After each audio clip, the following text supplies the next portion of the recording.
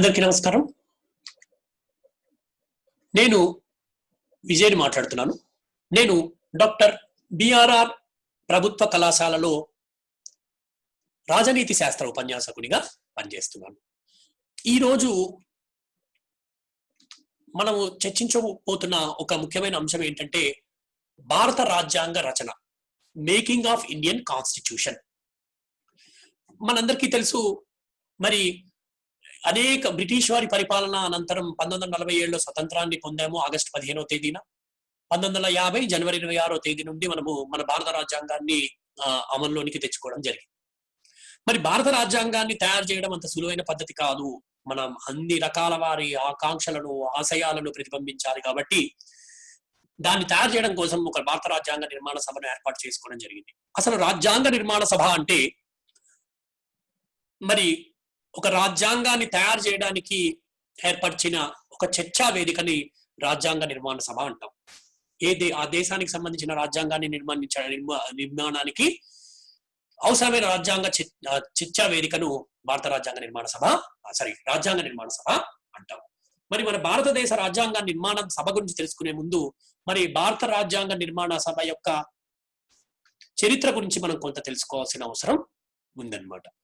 మరి భారత రాజ్యాంగ నిర్మాణ సభ చరిత్ర గురించి తెలుసుకునేటప్పుడు కొన్ని ఈ కింది అంశాలను మనము పరిశీలించవలసి ఉంటుంది. అందులో మొదటిది ఏంటంటే 1927లో మరి భారత సైమన్ కమిషన్ 1919 చట్టాన్ని పరిశీలించి దాని గురించి నివేదికను భారత 1919 భారత ప్రభుత్వ చట్టాన్ని పరిశీలించి దానికి సంబంధించిన నివేదికను సమర్పించడం కోసం 1927లో సైమన్ కమిషన్ భారతదేశానికి రావాల్సి వచ్చింది. అందులో అందరూ కూడా ఆంగ్లేయులే ఉన్నారు. మరి భారతీయులు ఎవరు లేకపోవడంతో దాన్ని నిరసిస్తూ మరి భారతీయులు అనేక ప్రదర్శనలు చేపట్టడం జరిగింది.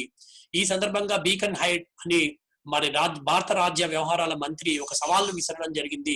అందరికీ ఆమోదయోగ్యమైన రాజ్యాంగాన్ని రూపొందిస్తే బ్రిటిష్ ప్రభుత్వం దాన్ని అమలు పరుస్తుంది అని. దీన్ని స్వీకరించిన మరి భారతీయులు ఒక అఖిలపక్ష సమావేశాన్ని ముంబై నగరంలో ఏర్పాటు చేశారు. ఆ తర్వాత మరి ఆ సమావేశం యొక్క ఫలితంగా ఏం చేశారంటే కాంగ్రెస్ డాక్టర్ ఇబ్రహీం అలీ అన్సారీ యొక్క అధ్యక్షతన ఈ యొక్క సమావేశం అనేది జరిగిందనమాట, అఖిలపక్ష సమావేశం. ఈ సమావేశం ఫలితంగా ఏం జరిగింది అంటే మోతీలాల్ నెహ్రూ అధ్యక్షతన 9 మంది సభ్యులు గల ఒక కమిటీని ఏర్పరచడం జరిగింది. తేజ్ బహదూర్ సప్రు, తర్వాత సుభాష్ చంద్రబోస్ గారు కావచ్చు, తర్వాత మహమ్మద్ అలీ జిన్నా గారు కావచ్చు, ఇలాంటి ప్రముఖులతో 9 మంది ప్రముఖులతో ఒక రాజ్యాంగ కమిటీ రాజ్యాంగ నివేదికను తయారు చేసే కమిటీని ఏర్పాటు చేయడం జరిగిందనమాట. ఈ విధంగా ఇది ఒక తొలి మెట్టుగా మనం భారత రాజ్యాంగ నిర్మాణ సభకు ఒక విధమైన భూమికగా, ఒక రకమైన మోటివేషన్ గా మనం దీన్ని చెప్పుకోవచ్చు. ఇందులో ఉన్న కొన్ని అంశాలను కూడా మరి మన భారత రాజ్యాంగ నిర్మాణ సభ పరిశీలించడం జరిగిందని మనము చెప్పుకోవచ్చు. తర్వాత ఫైజాపూర్ తీర్మానం 1935లో జరిగింది. 1934లో ఎంఎన్ రాయ్ గారు మానవతావాది మరి ఒక భారత రాజ్యాంగ పరిషత్తును ఏర్పాటు చేయాలని ఒక ప్రతిపాదన తేవడం జరిగింది. దీన్ని 1935లో ఫైజాపూర్ తీర్మానంలో ఆమోదించడం జరిగింది. ఇది యాక్చువల్ గా అంతేకాకుండా భారత ప్రభుత్వ చట్టము 1935ను తీవ్రంగా నిరసించి ఆ సందర్భంగా తొలిసారిగా భారత జాతీయ కాంగ్రెస్ మరి ఈ తీర్మానంలో ఒక రాజ్యాంగ పరిషత్ కావాలని చెప్పి అడగడం కూడా మనము గమనించవచ్చు అన్నమాట. అయితే ఇక్కడ మనము విషయం ఇది ఏమని పేర్కొందంటే ప్రజా నియంత్రణతో ఉన్న ప్రజా ప్రభుత్వాన్ని ఏర్పాటు చేయాలని, దానికి ఒక స్వతంత్రత కలిగిన రాజ్యాంగ పరిషత్ నిర్మాణంతో అది ఏర్పరిచిన రాజ్యాంగంతో అటువంటి ప్రభుత్వాన్ని నిర్మించడానికి సులువు అవుతుందని, అటువంటి ప్రభుత్వానికి కారణమవుతుందని చెప్పి భావించి మరి ఆ రాజ్యాంగ పరిషత్కు డిమాండ్ చేయడం జరిగింది ఆనాటి కాంగ్రెస్. తర్వాత అలాగే 1937లో నెహ్రూ గారు ఒక ప్రతిపాదన చేయడం జరిగిందనమాట. ఆయన ఏమన్నారంటే 38లో ఆయన చెప్పింది ఏంటంటే ఒక సార్వత్రిక ఓటుతో ఒక రాజ్యాంగ పరిషత్తు స్వతంత్రంగా ఎవరి జోక్యం లేకుండా సార్వత్రిక ఓటుతో ఏర్పాటు చేయాలని చెప్పి చేయడం జరిగింది. దీనిని ఆనాటి కాంగ్రెస్ మరియు గాంధీజీ గారు కూడా సమర్థించడం జరిగింది 1938లో ఈ నెహ్రూ గారి ప్రతిపాదనను. తర్వాత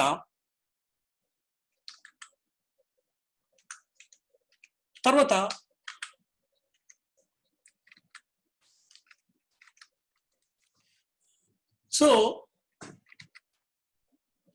మనం ఇక్కడ నెక్స్ట్ మనం గుర్తుపెట్టుకోవాల్సింది ఏంటంటే 1940లో జరిగిన ఆగస్టు ప్రతిపాదన.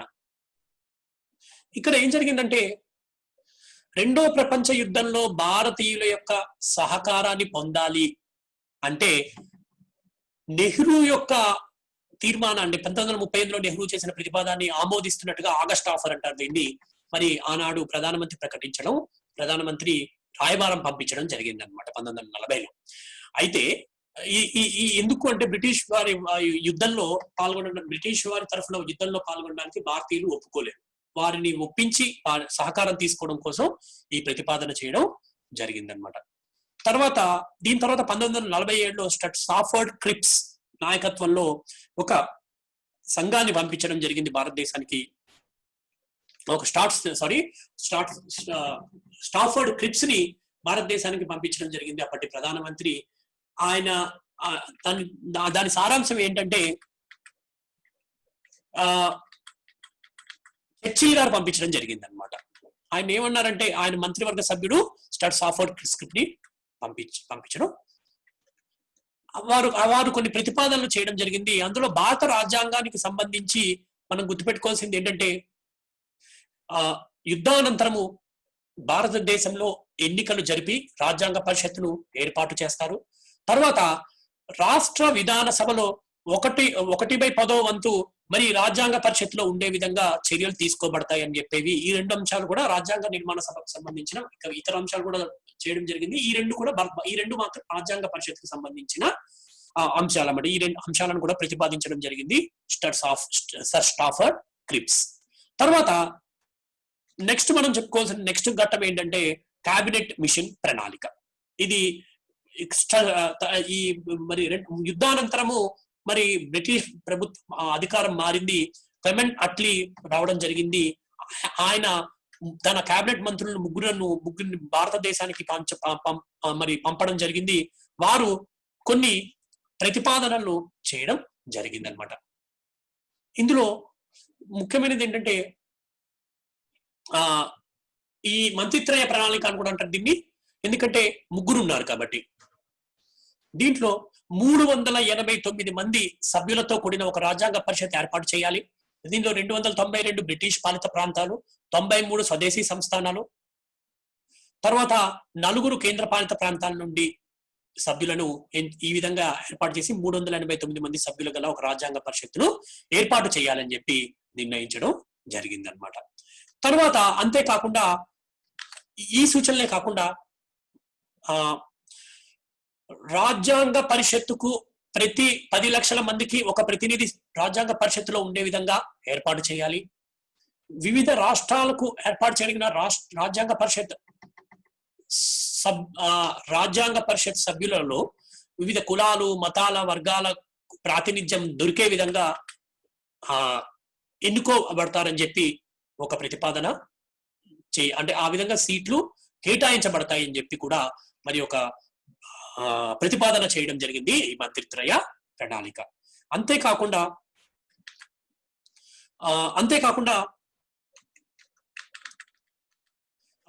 ప్రతి రాష్ట్రంలో ఒక మతము లేదా కులము, వర్గానికి కేటాయించబడిన ఈ యొక్క ఏవైతే సీట్లు ఇందాక మనం చెప్పుకోబడ్డాయో మతానికి, కులానికి సంబంధించి ఈక్వేషన్స్ బట్టి ఏర్పాటు చేస్తారు, సీట్లు కేటాయించబడతాయని. అటువంటి సీట్లో ఉన్న సభ్యులను ఆ మతానికి లేదా ఆ కులానికి సంబంధించిన శాసనసభ్యులే ఆ రాష్ట్రంలో ఎన్నుకోబడతారు అని చెప్పి చెప్పడం జరుగుతుంది అనమాట.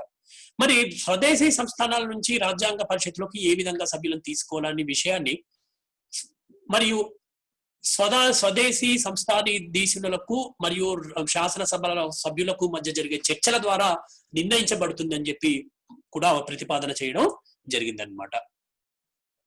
తర్వాత ఇది ఈ విధంగా మరి ఒక దీన్ని దాదాపు స్థూలంగా దీన్ని మరి ఆనాడు ఉన్న కాంగ్రెస్ కావచ్చు ఆమోదించింది. ముస్లిం లీగ్ తో కూడా తొలిలో ముందుగా ఆమోదించింది. తర్వాత మరి రాజ్యాంగ నిర్మాణ సభ నుంచి వైదొలగడం జరిగింది. కాంగ్రెస్ మాత్రం మరి స్థూలంగా దీని యొక్క మరి ఈ కేబినెట్ ప్రణాళిక యొక్క అంశాలను మరి ఆమోదించడం జరిగింది. దాని ప్రకారమే మరి భారత రాజ్యాంగ నిర్మాణ సభకు గురించి ఇప్పుడు మనము చర్చించబోతున్నాం అనమాట. ఈ కేబినెట్ ప్రణాళిక ఫలితంగా 1946 జూలై ఆగస్టు నెలల్లో మరి వీటికి ఎన్నికలు అనేవి జరగడం జరిగిందనమాట. ఇక్కడ మనం గుర్తుపెట్టుకోవాల్సిన విషయం ఏంటంటే బ్రిటిష్ ఇండియన్ ప్రావిన్స్ లో ఉన్న 296 సీట్లకు గాను ఎన్నికలు జరిగిందనమాట. జాతీయ కాంగ్రెస్ ఇందులో 208 సీట్లు, ముస్లిం లీగు 73 సీట్లు, ఇంకా తర్వాత 15 సీట్లు, మిగిలిన 15 సీట్లను చిన్న చిన్న గ్రూపులు స్వతంత్ర అభ్యర్థులు గెలుచుకోవడం జరిగిందనమాట. అత్యధిక స్థానాలను జాతీయ కాంగ్రెస్ కైవసం చేసుకోవడం మనము గమనించాల్సిన విషయం అన్నమాట. అయితే ఇందులో మరి పాకిస్తాన్ ఏర్పడడంతో ఈ యొక్క సభ్యులు అనేవారు మరి ఏమైందంటే 229 మంది బ్రిటిష్ ఇండియా మరి అంటే ఆగస్టు నెల తర్వాత 1947లో స్వతంత్రం వచ్చిన తర్వాత రాజ్యాంగ నిర్మాణ సభలో 299 సభ్యులే ఉండడం జరిగింది ఈ విభజన ఫలితంగా. అందులో మీకు ఈ ముస్లిం లీగ్ వారు వెళ్ళిపోవడం కావచ్చు, లేకపోతే కొన్ని ప్రిన్స్లీ స్టేట్స్ లో ఉన్న వాళ్ళు, అంటే అసలు ప్రిన్స్లీ స్టేట్స్ ముందు అసలు జాయిన్ అవడానికి ఒప్పుకోలేదు, భారతదేశ రాజ్యాంగ పరిషత్లో జాయిన్ అవడానికి ఒప్పుకోలేదు. కానీ తర్వాత వారు మెల్లగా మరి ఈ జాయిన్ అవడం అనేది జరిగింది. భారతదేశ ఎప్పుడైతే పాకిస్తాన్ గా విభజించబడిందో అప్పుడు మెల్లగా భారత రాజ్యాంగ పరిషత్లో వారు కూడా కొంతమంది జాయిన్ అవడం జరిగింది. ఈ విధంగా 299 సభ్యులు గల రాజ్యాంగ పరిషత్ భారతదేశంలో ఏర్పడింది. భారత రాజ్యాంగ పరిషత్. పాకిస్తాన్ వారు వేరే రాజ్యాంగ పరిషత్తును ఏర్పాటు చేసుకున్నారు. భారత రాజ్యాంగ పరిషత్ 1946లో ఏదైతే ఎన్నికలు జరగడం ద్వారా ఏర్పాటు చేశారో ఆ రాజ్యాంగ పరిషత్తే కంటిన్యూ అయింది. ఇందులో చివరికి 299 మంది సభ్యులు కొనసాగడం మనం గుర్తుపెట్టుకోవాలన్నమాట. తర్వాత ఇందులో ప్రముఖ సభ్యులు ఎవరెవరు ఉన్నారో అనేది మనము ఇప్పుడు చూద్దాం. ఇందులో డాక్టర్ సచిదానంద సిన్హా, డాక్టర్ రాజేంద్ర ప్రసాద్ గారు, సర్దార్ వల్లభాయ్ పటేల్ గారు, జవహర్లాల్ నెహ్రూ గారు, డాక్టర్ అంబేద్కర్ గారు, డాక్టర్ పట్టాభి సీతారామయ్య గారు, కృపాల్ని గారు, మౌలానా ఆజాద్ గారు కావచ్చు, పంత్ గారు కావచ్చు, టాండన్ గారు కావచ్చు, గఫర్ ఖాన్ గారు కావచ్చు, తర్వాత అంతేకాకుండా గోపాలస్వామి గారు కావచ్చు, అలాగే గోపాలస్వామి అయ్యంగారు కావచ్చు, కృపాలిని గారు కావచ్చు, తర్వాత అల్లటి స్వామి కృష్ణస్వామి గారు అయ్యచ్చు కావచ్చు, కేటి షా కావచ్చు, మరి అదే విధంగా మున్షీ గారు, కేఎన్ మున్షీ గారు కావచ్చు, సరోజినీ నాయుడు గారు కావచ్చు, రాజకుమారి అమృత్ కౌర్ గారు కావచ్చు, ఇలాగా అన్ని రకాల వర్గాల వారిని ప్రతిబింబిస్తూ అనేక మంది ప్రముఖమైన సభ్యులు ఈ భారత రాజ్యాంగ పరిషత్తులో మరి సభ్యులుగా ఉండడం మనము గమనించవచ్చు అన్నమాట. మరి భారత రాజ్యాంగ పరిషత్ ప్రథమ సమావేశం గురించి మనం ఇప్పుడు మాట్లాడుకుందాం. భారత రాజ్యాంగ పరిషత్ ప్రథమ సమావేశం ఎప్పుడు జరిగిందంటే ఇది 1946 డిసెంబర్ 9వ తేదీన మరి సమావేశాలు ప్రారంభమయ్యాయి. భారత రాజ్యాంగ నిర్మాణ సభ తొలి సమావేశాలు, ఇంకా మనకి స్వతంత్రం రాకముందే మరి ఈ ప్రక్రియ ప్రారంభమైంది మనం చెప్పుకోవచ్చు, రాజ్యాంగ నిర్మాణ ప్రక్రియ. ఇందులో ముఖ్యంగా మనకి సచిదానంద సిన్హా గారిని మరి అధ్యక్షుడిగా, సీనియర్ సభ్యులు మరి రాజ్యాంగ పరిషత్తులో ఆయన ఎన్నుకోవడం జరిగింది. తర్వాత కానీ 1911లో డాక్టర్ రాజేంద్ర ప్రసాద్ గారిని, బాబు రాజేంద్ర ప్రసాద్ గారిని శాశ్వత సభ్యులుగా డిసెంబర్ 11వ తేదీన మరి ఈ యొక్క రాజ్యాంగ పరిషత్తుకు శాశ్వత సభ్యుడిగా ఎన్నుకోవడం జరిగిందనమాట. తర్వాత ఇందులో ముఖ్యంగా నెహ్రూ గారు లక్ష్యాల తీర్మానాన్ని ప్రవేశపెట్టడం జరిగింది. ఇందులో లక్ష్యాల తీర్మానాన్ని ప్రవేశపెట్టడం, ఆశయాల తీర్మానాన్ని ప్రవేశపెట్టారు. భారత రాజ్యాంగం ఏ లక్ష్యాల కోసం నిర్మించబడుతుంది, ఎటువంటి ప్రజల ఆశయాలను మరి నెరవేర్చడం కోసం ఏర్పరచబడుతుందో ఆ విధమైన లక్ష్యాల ఆశయాల తీర్మానాన్ని ఈ ఒక సమావేశంలోనే ప్రవేశపెట్టడం జరిగిందన్నమాట. తర్వాత రెండవ రాజ్యాంగ సమావేశము ఇది ఎప్పుడు జరిగిందంటే ఇది 1947 జనవరి 20 నుండి 26వ తేదీ వరకు ఈ యొక్క సమావేశాలు అనేవి రెండో సమావేశాలు అనేవి జరిగాయి అన్నమాట. ఇందులో నెహ్రూ గారు ప్రవేశపెట్టిన లక్ష్యాల తీర్మానాన్ని ఆమోదించడం జరిగింది. లక్ష్యాల ఆశయాల తీర్మానాన్ని ఆమోద ముద్ర వేసిందనమాట దీంట్లో. తర్వాత అంతేకాకుండా ఈ తీర్మానము సర్వసత్తాక ప్రజాస్వామ్య గణతంత్ర రాజ్యంగా రూపొందించాలని ప్రకటించిందనమాట ఈ యొక్క తీర్మానం, ఈ యొక్క సమావేశంలో. నూతన రాజ్యాంగం అమల్లోనికి వచ్చిన తర్వాత భాష, సంస్కృతి, పాలన మరియు ఆర్థిక విషయాలను దృష్టిలో పెట్టుకుని రాష్ట్రాలను ఒక స్వజాతి విభాగాలుగా రూపొందించాలని, వాటిని పునర్విభజించాలని చెప్పి మరి నిర్ణయించడం కూడా ఈ యొక్క సమావేశంలోనే జరిగిందనమాట. తర్వాత రాజ్యాంగ పరిషత్ 3వ సమావేశము మరి ఇది 1947 ఇది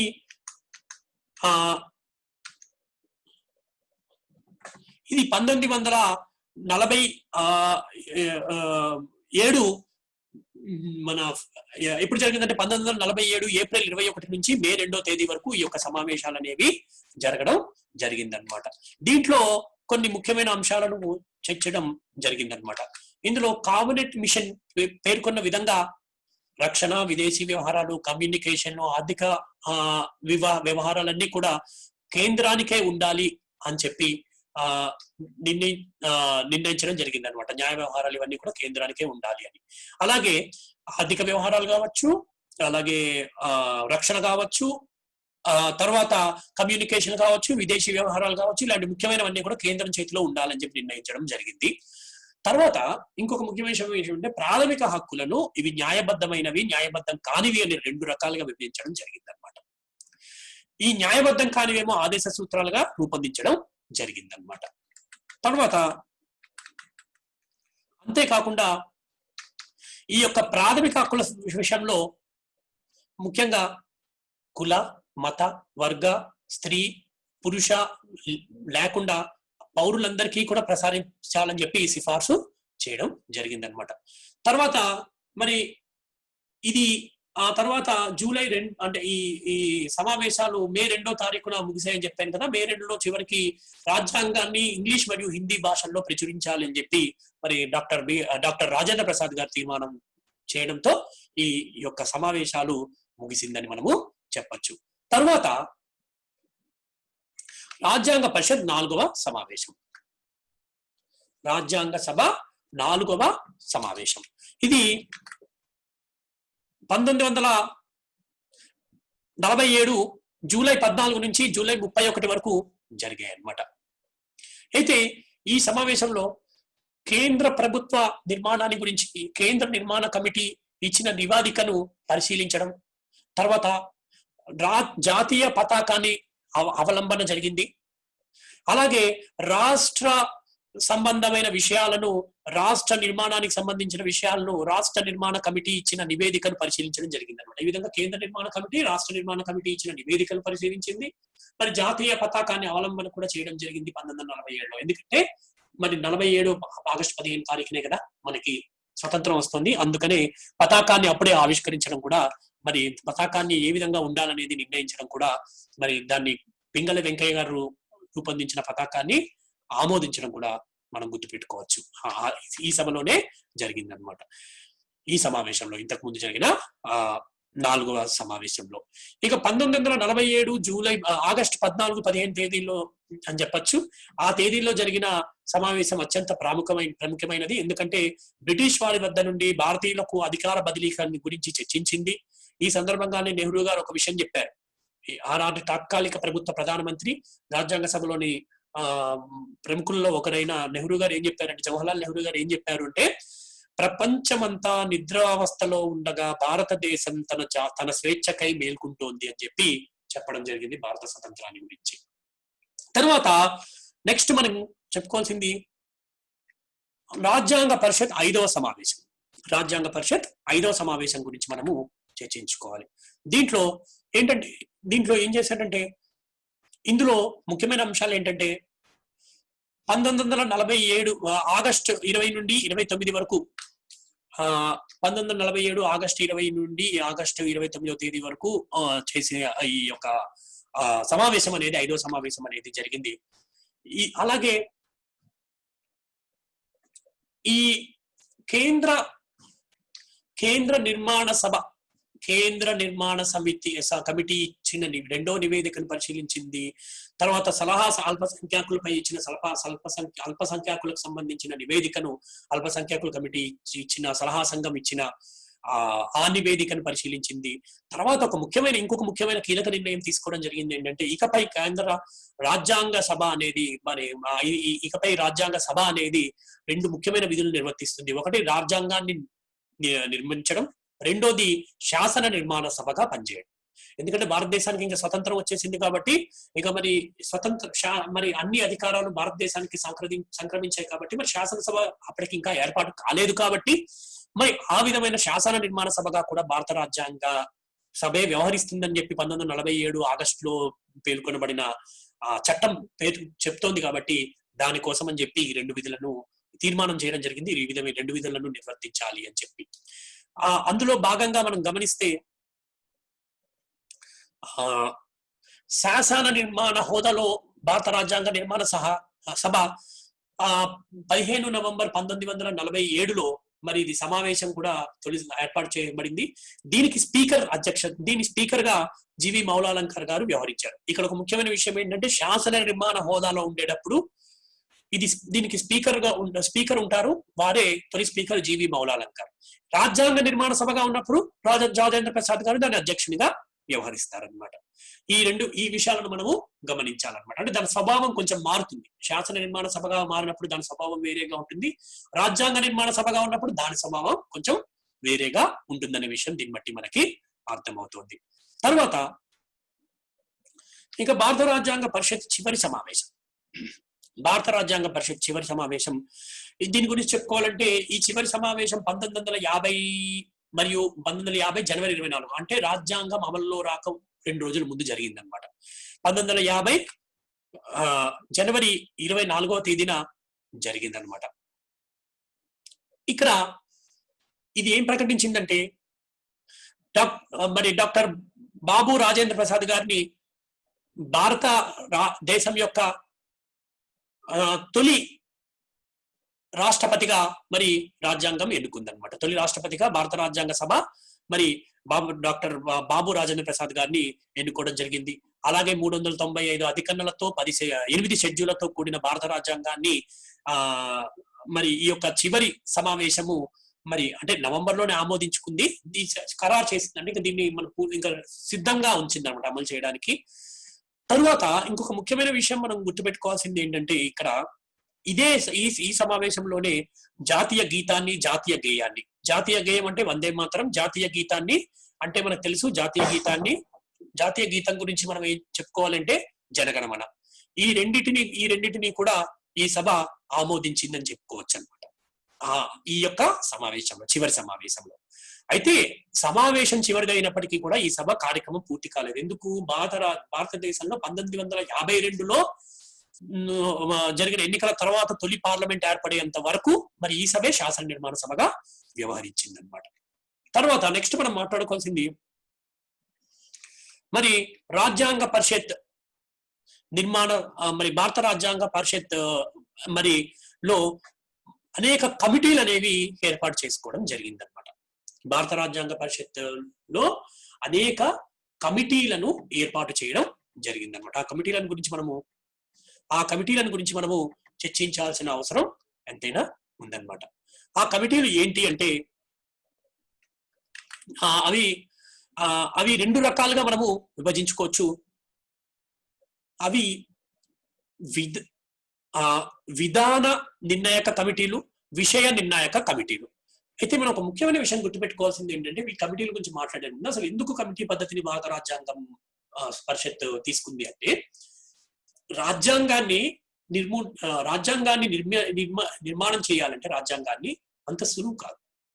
అందుకని అనేక అంశాలను పరిశీలించాల్సి ఉంటుంది. అందుకనే వాటిని విభజించి వాటిని వివిధ కమిటీలకు అప్పగించినట్లయితే రాజ్యాంగ నిర్మాణం సుగమం అవుతుందని చెప్పి భావించి ఈ విధమైన కమిటీ పద్ధతిని భారత రాజ్యాంగ పరిషత్ తీసుకోవడం జరిగిందనమాట. మరి ఇందాక మనం చెప్పుకున్నాం కదా విధాన నిర్ణాయక కమిటీల గురించి ముందు మనం చర్చిద్దాం. ఈ విధాన నిర్ణాయక కమిటీలు 10 ఉన్నాయి. ఎన్ని ఉన్నాయంటే మొత్తం 10.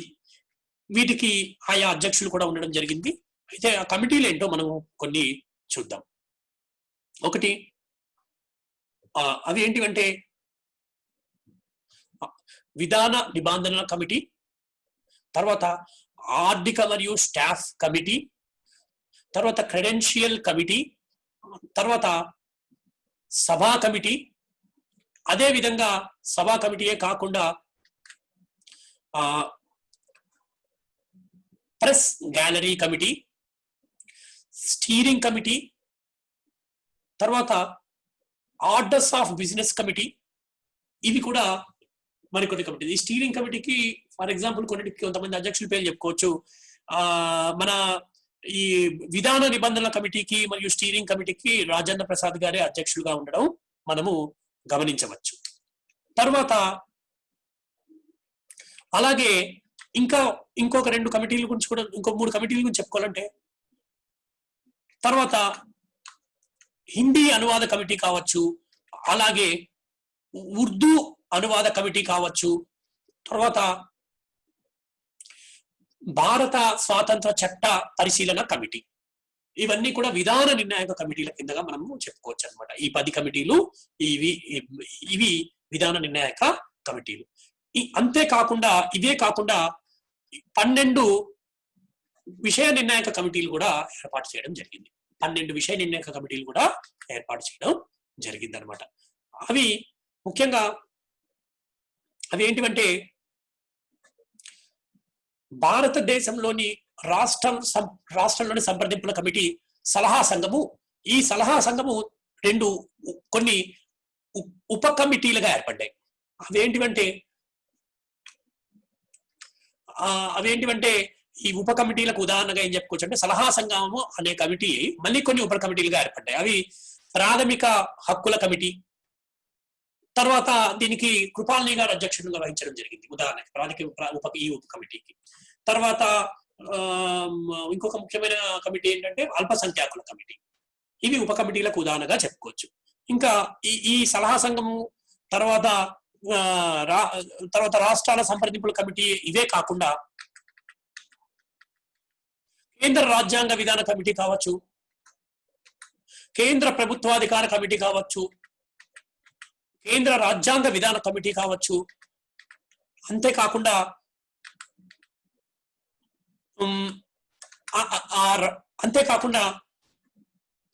రాష్ట్ర రాజ్యాంగ విధాన కమిటీ కావచ్చు, తర్వాత ముసాయిదా రాజ్యాంగ రచన కమిటీ అత్యంత ముఖ్యమైనది, ఆర్థిక అంశాలపై కమిటీ కావచ్చు, తర్వాత కేంద్ర పాలిత ప్రాంతాలపై కమిటీ కావచ్చు, అంతేకాకుండా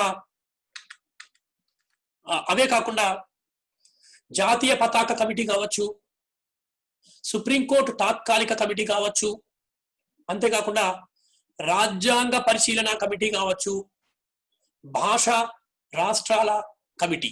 ఇవన్నీ కూడా మనకి కొన్ని ముఖ్యమైన విషయ నిర్ణాయక కమిటీలుగా మనము ఈ 12 కమిటీలను ఉదాహరించుకోవచ్చు అనమాట. ఈ విధంగా అనేక కమిటీలను రూపొందించి కమిటీ పద్ధతిన భారత రాజ్యాంగాన్ని రూపొందించడం మనము గుర్తుపెట్టుకోవాల్సిన ఒక ముఖ్యమైన అంశం. తర్వాత ఇప్పుడు నెక్స్ట్ మనం చూడాల్సిన ఇంకొక ముఖ్యమైన విషయం ఏంటంటే ముసాయిదా కమిటీ. అంటే రాజ్యాంగాన్ని ముసాయిదా కమిటీ అనేది డ్రాఫ్టింగ్ కమిటీ అంటాము. ఇది చాలా అతి ముఖ్యమైన కమిటీలలో ఇది ఒకటిగా మనం చెప్పుకోక తప్పదు. దీంట్లో మనకి 7 సభ్యులు మరి డాక్టర్ బిఆర్ అంబేద్కర్ గారి అధ్యక్షతన ఏర్పాటు చేయడం జరిగింది. డాక్టర్ బిఆర్ అంబేద్కర్ గారి అధ్యక్షతన 7 సభ్యులతో కూడిన ఈ కమిటీ మరి పనిచేసి మరి రాజ్యాంగాన్ని అందించడంలో ఎంతో కృషి చేసిందని ఎంతో కృషి చేసిందనమాట. దీంట్లో ఇది ఎప్పుడు ఏర్పడిందంటే ఆగస్టు 29, 1947లో ఆగస్టు 29న ఈ యొక్క కమిటీని ఏర్పాటు చేయడం జరిగింది, భారత రాజ్యాంగ నిర్మాణ సభ. దీంట్లో ఉన్న సభ్యులు డాక్టర్ బిఆర్ అంబేద్కర్ గారు చైర్మన్ గా వ్యవహరించారు. అలాగే ఎన్ గోపాల్ స్వామి గారు ఎన్ గోపాల్ స్వామి అయ్యంగారు కావచ్చు, అల్లాడి కృష్ణస్వామి అయ్యర్ కావచ్చు, తర్వాత కేఎన్ మున్షి గారు కావచ్చు, అలాగే అంతేకాకుండా వీరే కాకుండా మనము సయ్యద్ మహమ్మద్ సాదుల్లా గారు కావచ్చు, అలాగే ఆర్ఎన్ మాధవరావు గారు, ఈయన బిఎల్ మిట్టల్ గారి స్థానంలో ఈయనని తీసుకోవడం జరిగింది. ఆయన ఆరోగ్య సహకరించకపోవడంతో ఆర్ఎన్ మాధవరావు గారిని తీసుకోవడం జరిగింది. తర్వాత టిబి కృష్ణమాచారి గారిని తీసుకోవడం జరిగింది. ఖైతాన్ గారి స్థానంలో ఆయన మరణించారు. ఖైతాన్ గారు మరణించడంతో కృష్ణమాచారి గారిని తీసుకోవడం జరిగింది. ఈ విధంగా ఈయనే కాకుండా బిఎన్ రావు గారు దీనికి సలహాదారుడిగా వ్యవహరించారు. అంతేకాకుండా ఆయన అడ్వైజరీగా అనమాట, అడ్వైజర్ గా ఈ యొక్క కమిటీకి పనిచేయడం జరిగింది అనమాట. ఈ కమిటీ దాదాపు 6 నెలల్లోగానే తన యొక్క ముసాయిదాను తయారు చేయడం జరిగింది. ఇది గమనార్హం. 6 నెలల లోపునే ముసాయిదాను, వివిధ కమిటీలను, వారి నివేదికలను, మరి వారి సూచనలను పరిగణనలోకి తీసుకుని మరి తన ముసాయిదాను మరి తయారు చేయడం జరిగింది ఈ యొక్క రాజ్యాంగ రచన కమిటీ. ఇది 141 రోజులు సమావేశమైంది. 141 రోజులు సమావేశమైంది. 1948 ఫిబ్రవరి 21వ తేదీన తొలి ముసాయిదాను మరి ఇది ప్రచురించడం జరిగింది. ఇది దాదాపు 8 నెలల కాలం ప్రజలు, పత్రికలు వీరందరి యొక్క సమీక్ష కోసం ఈ యొక్క ఈ మొదటి రాజ్యాంగ ముసాయిదా ప్రతిని ప్రచురించడం జరిగిందనమాట. ఆ తర్వాత అక్టోబర్ 7వ తేదీన ఇది 2వ ముసాయిదాను తయారు చేసిన తర్వాత మరి నవంబర్ 24వ తేదీన మరి దీనిని ప్రవేశపెట్టడం జరిగింది రాజ్యాంగ నిర్మాణ సభలో. మరి ఆ రాజ్యాంగ నిర్మాణ సభలో ప్రవేశపెట్టడం జరిగింది. అంతేకాకుండా దీనిని గురించి అప్పటి నుండి తీవ్రమైన చర్చ అనేది జరిగిందనమాట.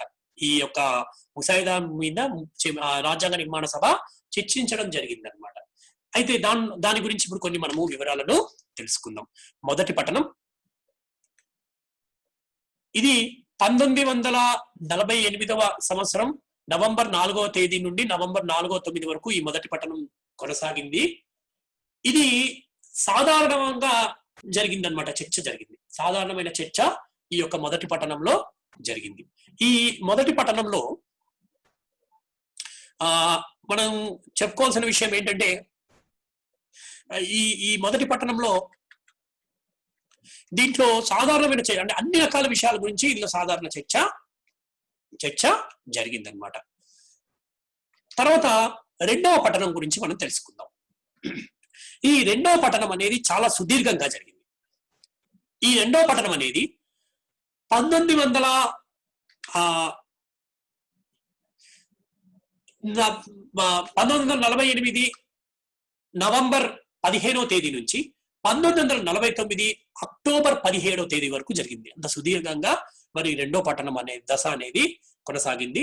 ముసాయిదా కమిటీ రాజ్యాంగ ముసాయిదాను చర్చించే విషయంలో ఈ దశలో ఏం జరిగిందంటే 7635 సవరణలు వివిధ వర్గాల నుండి రాగా, దీనిలో భారత రాజ్యాంగ నిర్మాణ సభ 2473 ముఖ్యమైన సవరణలను చర్చించి వాటిని ఆమోదించడం కూడా జరిగిందనమాట. ఈ యొక్క 2వ పఠనంలో సుదీర్ఘమైన ఈ యొక్క కాలంలో ఈ యొక్క 2473 7635 సవరణలకు గాను 2435 సవరణలను ఆమోదించి మరి వాటిని చర్చించి ఆమోదించడం జరిగిందనమాట. ఇక 3వ పఠనం జరిగింది 14 నవంబర్ 1949న ఈ 3వ పఠనం అనేది జరిగిందనమాట. The constitution as settled by constitutional assembly అని టు బి పాస్డ్ అనే తీర్మానాన్ని దీన్ని ఆమోదించడం ఈ సభలోకి రాజ్యాంగ నిర్మాణ సభలో ప్రవేశపెట్టడం జరిగింది అనమాట. అంటే ఇది ఒక తుది రూపం ఇవ్వడం జరిగింది అనమాట. దీనికి ఇచ్చి 1949 నవంబర్ 26వ తేదీన 299 సభ్యులకు గాను అప్పటికి 244 మంది సభ్యులు ఉండడం జరిగింది. ఆ 244 సభ్యుల ఆమోదాన్ని మరి తెలపడం జరిగింది. సభా అధ్యక్షుడు రాజేంద్ర ప్రసాద్ గారితో కలిపి అందరూ కూడా ఈ 284 మంది సభ్యులు దీని మీద సంతకం చేసి దీన్ని ఆమోదించడం జరిగిందనమాట. అంటే 1949 నవంబర్ 26వ తేదీన దీన్ని మరి రాజ్యాంగ ముసాయిదా కమిటీ చేసిన కృషి ఫలితంగా ఏర్పడిన ఈ రాజ్యాంగం అంటే వివిధ కమిటీలను సంప్రదించి ముసాయిదా ఈ మరి దీన్ని ఈ బిల్లుని ఒక విధంగా బిల్లు అని చెప్పుకోవచ్చు. ఈ బిల్లుని ఈ చిత్తుప్రతిని ఆమోదించి దాన్ని ఒక రాజ్యాంగంగా పూర్తి రాజ్యాంగ స్వరూపాన్ని ఆమోదించడం జరిగింది 1949 జనవరి 26వ తేదీన అనమాట. తర్వాత నెక్స్ట్ మనం చెప్పుకోవాల్సిన ముఖ్యమైన అంశం ఇంకొకటి ఏంటంటే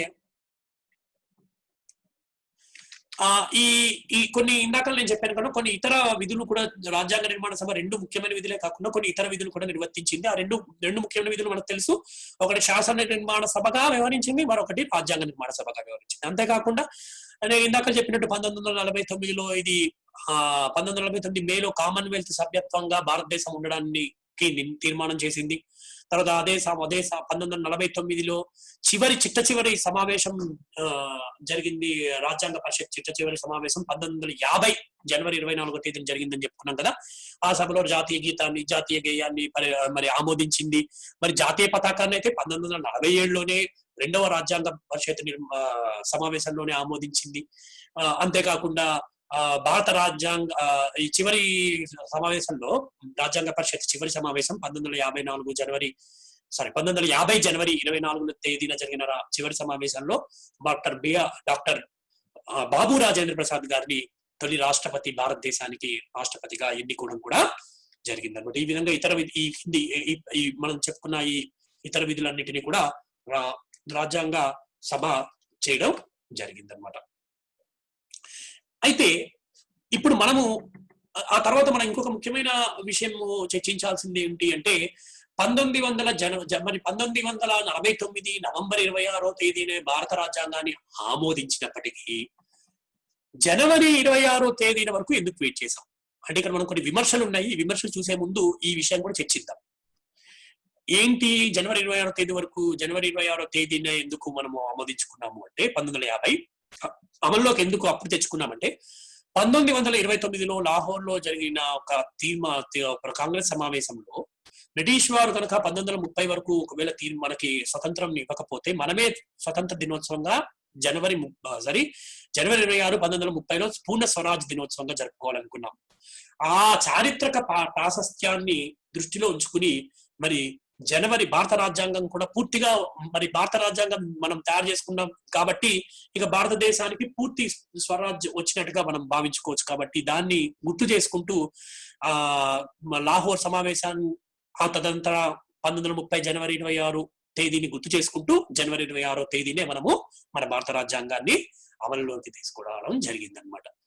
మరి ఇంత బృహత్తర కార్యక్రమం నిర్వహించిన ఈ భారత రాజ్యాంగ నిర్మాణ సభపై కొన్ని విమర్శలు కూడా వచ్చాయి. వాటిని గురించి మనం ఇప్పుడు చర్చిద్దాం. ఏంటా విమర్శలు అనేవి ఇప్పుడు మనము చర్చిద్దాం. అవేంటివంటే జాతీయ రాజ్యాంగ సభ యొక్క పై వచ్చిన విమర్శల గురించి మనం చూడాలి అంటే ఒకటి ప్రాతినిధ్యం లేని సభ అని చెప్పి కొందరు విమర్శించారు. రాజ్యాంగ నిర్మాణ సభ ప్రాతినిధ్యం లేని సంస్థ, ప్రజలు ప్రత్యక్షంగా ఎన్నుకోని సంస్థగా దీన్ని విమర్శించారు. దీనికి ఉత్తమమైన జవాబు ఏంటంటే అసలు ముందు ప్రజల చేత ఎన్నుకోబడినప్పటికీ ప్రత్యక్షంగా అన్ని వర్గాల వారికి అన్ని ప్రాంతాల వారికి 10 లక్షల మందికి ఒక సభ్యునిగా మరి కేబినెట్ ప్రణాళిక చేసిన సూచన మేరకు అన్ని రకాల వర్గాల వారికి అన్ని ప్రాంతాలకు ప్రాతినిధ్యం వహించే విధంగా జాగ్రత్తలు తీసుకున్నారు. ఇది మొదటి సమాధానం అయితే ఈ విమర్శకు. రెండో సమాధానం ఏంటి అంటే మరి భారతదేశంలో 1952లో ఎన్నికలు జరిగాయి. ఈ ఎన్నికలలో ఈ రాజ్యాంగ నిర్మాణ సభ్యులు కూడా పోటీ చేయడం జరిగింది, వారు గెలవడం జరిగింది. అంటే భారతదేశం ప్రాతినిధ్యం లేదు అంటే ఆ ప్రాతినిధ్యాన్ని అంగీకరించినట్టే కదా ప్రజలు. కాబట్టి ఇది ఒక సమాధానం. అంటే ఈ సభలో ఎవరైతే ఉన్నారో వారందరూ 1952లో గెలవడం ద్వారా మరి ప్రజలు అంగీకరించిన సభ్యులే వీరు అని చెప్పి మనము చెప్పడంలో ఎటువంటి సందేహం లేదనమాట. తర్వాత ఇంకొక రెండో విమర్శ దీనిపై ఏముందంటే ఇది సార్వభౌమాధికార సంస్థ కాదు. ఎందుకు? బికాస్ ఈ విమర్శకుల అభిప్రాయం ఏంటంటే బ్రిటిష్ వారు దీనిని ఏర్పాటు చేశారు. ఈ రాజ్యాంగ సభను బ్రిటిష్ వారు ఈ యొక్క సభను ఏర్పాటు చేశారు. బ్రిటిష్ వారే దీన్ని ఏర్పాటు చేశారు కాబట్టి మరి బ్రిటిష్ వారు ఏర్పాటు చేశారు కావున మరి ఇది సార్వభౌమాధికార సంస్థ ఎలా అవుతుంది అని. కానీ 1947 చట్టాన్ని పరిశీలిస్తే భారత రాజ్యాంగ పరిషత్తుకు ఆ భారతదేశానికి కావాల్సిన రాజ్యాంగాన్ని రూపొందించుకునే స్ఫూర్తి స్వేచ్ఛ ఇవ్వబడింది సభకు, భారత రాజ్యాంగ పరిషత్తుకు. అంతేకాకుండా అవసరమైతే 1935 చట్టాన్ని రద్దు కూడా చేసుకోవచ్చు అని చెప్పి ఒక మనకి అంశం అనేది 1947 స్వతంత్ర చట్టంలో కనిపిస్తుంది. అంతేకాకుండా 1947లో మనం స్వతంత్రాన్ని పొందాం. బ్రిటిష్ చక్రవర్తి ఎంపరర్ ఆఫ్ ఇండియా అనే పేరును కూడా తొలగించడం జరిగింది ఈ చట్టం, 1947 చట్టం. ఈ భారత రాజ్యాంగ పరిషత్తుని శాసన నిర్మాణ సభగా కూడా మార్చడం జరిగింది. అది ఆమోదిస్తేనే ఏదైనా శాసనాలు మరి అంటే తయారు చేయబడతాయి.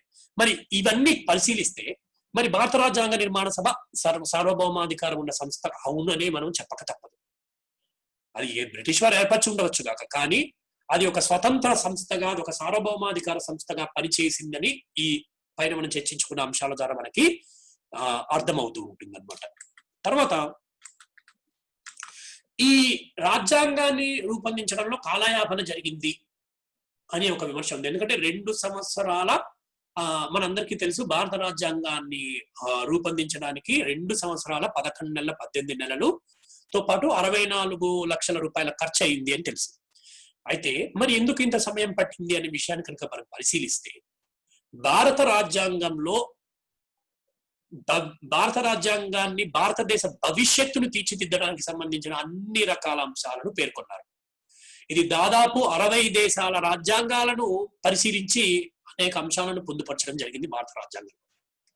మరి అలాంటి ఒక తులనాత్మకమైన పరిశీలన చేసి సమగ్రమైన రాజ్యాంగాన్ని రూపొందించడానికి ఆ మాత్రం సమయం పట్టడం సమంజసం. కాబట్టి ఈ విమర్శకు కూడా అర్థం లేదని కొంతమంది దీనిని తిరస్కరించడం జరిగింది అనమాట ఈ విమర్శని. తర్వాత నెక్స్ట్ కాంగ్రెస్ ఆధిపత్యం గల సంస్థగా దీన్ని విమర్శించడం జరిగింది కొందరు. ఉదాహరణకి మనము గ్రాన్విల్ ఆస్టిన్ అని బ్రిటన్ యొక్క రాజ్యాంగ కోవిదుడు, ఆయన అయితే దీనిని ఏక పార్టీ సభగా దీన్ని విమర్శించడం జరిగింది, కాంగ్రెస్ సభగా దీన్ని విమర్శించడం జరిగింది. కానీ మనం గుర్తుపెట్టుకోవాల్సిన విషయం ఏంటంటే ఆనాడు మరి జాతీయ కాంగ్రెసే మరి ప్రముఖ పాత్ర వహించింది స్వాతంత్ర సవరణలో. మరి రాజ్యాంగ పరిషత్ నిర్మాణంలో కూడా జాతీయ కాంగ్రెస్ ప్రముఖ పాత్ర పోషించింది. అయినప్పటికీ కూడా అన్ని రకాల వర్గాలను, ప్రాంతాలను దృష్టిలో ఉంచుకునే సభ్యులను మరి ఇందులో చేర్చుకోవడం జరిగింది. అనేక అభిప్రాయాలను ప్రతిబింబించారు ఈ సభ్యులందరూ కలిసి. మనము గమనిస్తే డాక్టర్ బిఆర్ అంబేద్కర్ గారు కూడా వారు మొదటి నుంచి కూడా కాంగ్రెస్ ని పై సద్విమర్శలు చేస్తూనే ఉన్నారు. అలాంటి వారు మరి ఆయనే ఈ రాజ్యాంగ సభ యొక్క ముసాయిదా కమిటీలో అధ్యక్షులు అవ్వడం మనం గుర్తుపెట్టుకోవాల్సిన అంశం. మరి ఈ అంశాలన్నీ పరిశీలిస్తే ఈ విమర్శ కూడా అంత సహేతుకమైనది కాని విమర్శగా మనము గుర్తుపెట్టుకోవాలన్నమాట. తర్వాత దీనిని మరికొంతమంది ఇంకొక విధంగా అంటే ఎగ్జాంపుల్ మన ఈ ఎవరంటే సర్ ఐవర్ జెన్నింగ్స్ దీనిని న్యాయవాదుల స్వర్గంగా విమర్శించడం జరిగింది. సర్ ఐవర్ జెన్నింగ్స్ దీన్ని న్యాయవాదుల స్వర్గం అని చెప్పడం జరిగింది. ఎందుకంటే దీనిలో చాలా మంది న్యాయవాదులే, దీంట్లో న్యాయవాదులు మాత్రమే ఇందులో సభ్యులుగా ఉండడం జరిగింది అనమాట. వీరు ఉపయోగించిన భాష కూడా చాలా కఠినంగా ఉందని చెప్పి కొంతమంది విమర్శించారు. ఇది కొంతవరకు వాస్తవం, దీన్ని మనం కొంతవరకు అంగీకరించవచ్చు. అయినప్పటికీ కూడా వీరు ఇలాంటి వారు ఉండడం వలన వీరి దూరదృష్టితో భారత రాజ్యాంగం భవిష్యత్తుకు సంబంధించిన సమస్యల పరిష్కారానికి కూడా తట్టుకునే విధంగా రూపొందించారని చెప్పడంలో మాత్రం సందేహం లేదు. ఉదాహరణకి చాలా సందర్భాలలో వచ్చిన చిక్కులను భారత రాజ్యాంగంలోని సూత్రాలను అనుసరించి సుప్రీంకోర్టు తీర్పులు ఇవ్వడం మనం గమనిస్తూనే ఉన్నాం. ఈ విధంగా మరి వాటన్నిటికీ అంటే ఆ విధంగా మరి ఇలాంటి ఎక్స్పర్ట్స్ అనొచ్చు వీళ్ళందరినీ, ఇలాంటి ఒక మరి నిష్ణాతుడు మరి రాజ్యాంగ నిర్మాణ సభలో ఉండడం, భాష కఠినంగా ఉండొచ్చు, లేకపోతే వారు ఎక్కువ మంది ఉన్నప్పటికీ కూడా మరి ఈ విధమైన ఒక అవకాశం దొరికింది మరి భవిష్యత్తులో సమస్యలను ఎదుర్కోవడానికి. కాబట్టి ఈ విమర్శ కూడా అంత సహేతుకమైన విమర్శగా మనం చెప్పలేము. ఇంకా చివరి విమర్శ, మరొక విమర్శ మనం చెప్పుకోవాలి. హిందువుల ఆధిపత్య సభగా దీన్ని మరి వర్ణించడం జరిగింది. మరి ఆనాడు బ్రిటన్ లో ప్రధానమంత్రిగా పనిచేసిన బ్రిటన్ మాజీ ప్రధాని విన్స్టన్ చర్చిల్ కూడా ఇది మరి దీన్ని విమర్శించడం జరిగింది. ఇది ఒక మెజారిటీ వర్గానికి మాత్రమే ఇది ప్రతిబింబిస్తుంది, ప్రాతినిధ్యం వహిస్తుంది ఈ రాజ్యాంగ సభ. కానీ ఇక్కడ మనం చాలా ఒక రెండు విషయాలను మనం గుర్తుపెట్టుకోవాలి. ఒకటి, ఇందులో అబుల్ కలాం ఆజాద్ గారు లాంటి వాళ్ళు, అలాగే తర్వాత అంతేకాకుండా ఈయనే కాకుండా అబుల్ కలాం ఆజాద్ గారు కావచ్చు, గఫర్ ఖాన్ గారు లాంటి వాళ్ళు, ముస్లిం పెద్దలు కావచ్చు, ఇలాంటి వారందరూ కూడా చాలా మంది మరి మన భారత రాజ్యాంగ పరిషత్తులో కనిపిస్తారు. కాబట్టి కేవలం హిందువులకు మాత్రమే మరి ఇది ఆధిపత్యం ఉంది అంటే అని దాన్ని విమర్శించడం సహేతుకమైనది కాదు. రెండోది, భారత రాజ్యాంగం లౌకిక రాజ్యాంగం ప్రకటించింది. భారత రాజ్యాంగంలో 24, 25 నుండి 28 వరకు గల అధికరణలను గమనిస్తే మనకి ఈ విషయం తెలుసుకోవచ్చు. అంటే మరి ఈ సభ అన్ని మతాల వారి యొక్క స్వాతంత్రాన్ని కోరుకుంది అని చెప్పి ఈ యొక్క ఉదాహరణతో మనము చెప్పచ్చు అనమాట. కాబట్టి ఈ విమర్శకు సహేతుకమైనది కాదని పై చర్చ ద్వారా మనము చెప్పుకోవచ్చు అనమాట. సో ఈ విధంగా భారత రాజ్యాంగ నిర్మాణ సభ తన మరి ఎంతో కృషి చేసి అత్యున్నతమైన భారత రాజ్యాంగాన్ని మనకు అందించిందని చెప్పడంలో ఎటువంటి సందేహం లేదు. Thank you.